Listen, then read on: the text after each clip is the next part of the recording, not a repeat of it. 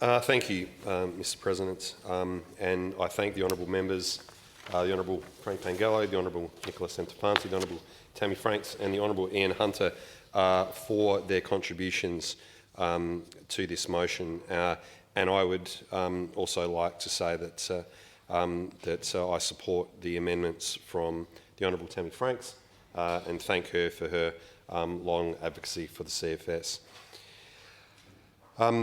Mr President, when this came to this House last year, I did listen to the concerns of my parliamentary colleagues regarding forming such a committee over the summer bushfire period and the impact that that may have on CFS volunteers over that busy time. Now, I took on board those concerns to ensure that it wouldn't take or cause any distractions, but I still believe, Mr President, that this is an important motion and it's a critical one to investigate the issues and concerns of the brave individuals in the ranks of our country fire service. I've heard from many volunteers, as well as CFS staff members, that they are terrified of speaking up for fear of being silenced or expelled.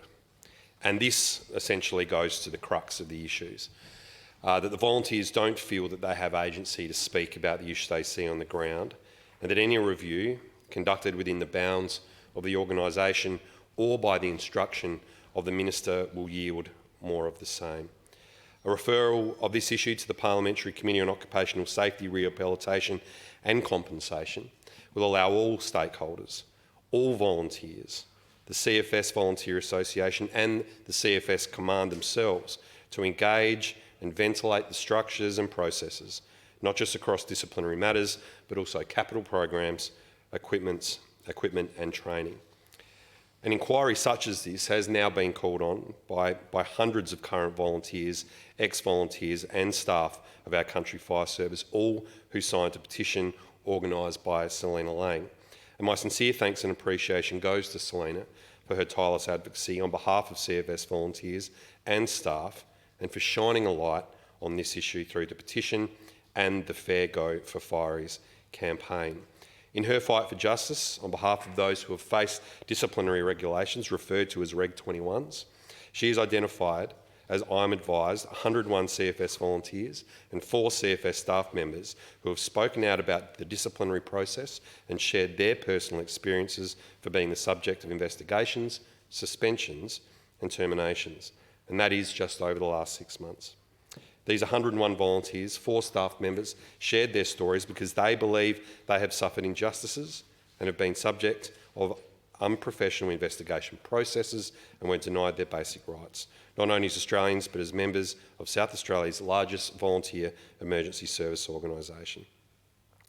The most frequent themes that arise were denials of procedural fairness and lack of communication and transparency. And I've also heard about the significant impacts of Reg 21 investigations that have had on the mental health of volunteers and their family and friends. In reading the South Australian Country Fire Service Volunteer Charter, it is worth highlighting that after ensuring that the safety of the community remains a priority for all, the next most prominent intention of the Charter is to ensure that consultation occurs with volunteers about all matters that affects them. This is not only listed as the key intent of the Charter, but is also specifically applied to the relationships between the Government of South Australia, the South Australian Fire and Emergency Services Commission and the SACFS organisation.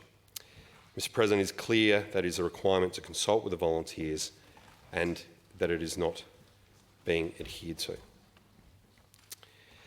I would reflect on some of the comments made with regards to yet another select committee for this place. And I am glad for the amendment that has come from the Greens and from the Honourable Tammy Franks, because I do believe that we have a significant load in terms of our committees. Referring this matter to the committee that is within the amendments from the Honourable Member, I think is a smart move. I think it is a sensible move, and I certainly support it. But what we don't want to see, Mr President, is letting this issue languish for too long. We don't want to see an issue in which we've seen in Victoria over the last 2 years with some 2,000 CFA volunteers, should I say, Mr President, leaving the service. I've heard from volunteers around this state, most especially in my patch down in the Limestone Coast, that CFS volunteers are at the end of their tether, that they will just grab their fire units on the back of their ute. They will do what they need to do to protect their properties, and that will essentially be it. The CFS is about community. It is about keeping communities together, and we want to ensure that through this referral to this committee, that the terms of reference that are contained within this motion are followed, and that the investigations hear from all of those who have something to say. But I do echo the words of the Honourable Nicola Centofanti that this is not a witch hunt.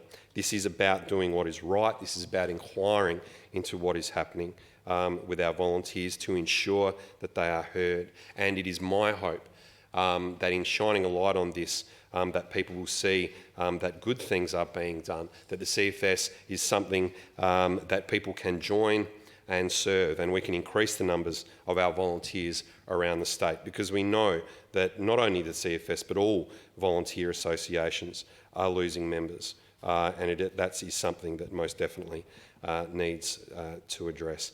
It is my only hope that this referral to this committee enables a genuine, proper and thorough inquiry into the issues CFS volunteers have raised with the opposition, with the crossbench, and aired extensively through the media in recent months. And of course that includes the CFS Volunteer Association and the CFS Command themselves to be involved with what will be referred to this committee. Mr President, this is why we need the Select Committee, to enable open dialogue, to ensure transparency in how we deal with CFS volunteers and employees, to ensure our volunteers are being supported appropriately, to ensure that they have adequate facilities at our CFS stations, to ensure that when they risk their lives for businesses, for families, for communities, that they are supported in doing the amazing work that they do. This is purely about the volunteers. I am glad that this will be referred to the committee through the amendments from the Honourable Tammy Franks, and with that, Mr President, I commend the motion to the chamber.